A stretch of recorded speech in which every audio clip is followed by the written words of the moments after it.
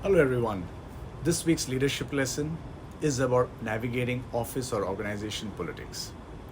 Some of you had commented on a previous post of mine and wanted insights on how to handle this important issue. So I hope to throw some light on this relevant topic. There are three key questions I would like to address on this topic, and we'll do this over two videos to manage the length for the viewers. The first is, what is office or organization politics? The second, do I need to be part of office politics to build a long-term career? And finally, how did I successfully navigate the office politics?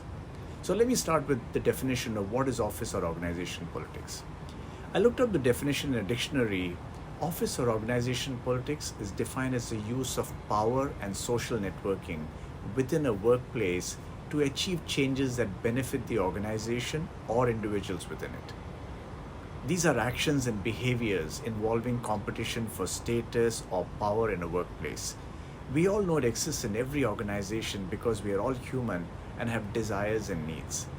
The reality is that companies are by nature political organizations, which means that if you want to survive and thrive at work, you can't just sit out on the sidelines.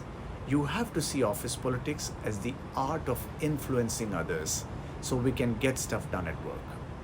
Over the weekend, while watching sports, I also saw some organizational politics there. With sledging in sports like cricket and soccer, it can also be seen as another form of intimidating office politics, which is created to demoralize the other team or individual. If we have people who aspire for power and status, then office politics is here to stay. So it's more important to focus on how to navigate this politics versus get disturbed about the existence of politics. So the question is, do I need to be part of office politics to build a long-term career? You can choose to not participate in office politics if you're fine that the outcomes you desire may always not happen as you wish.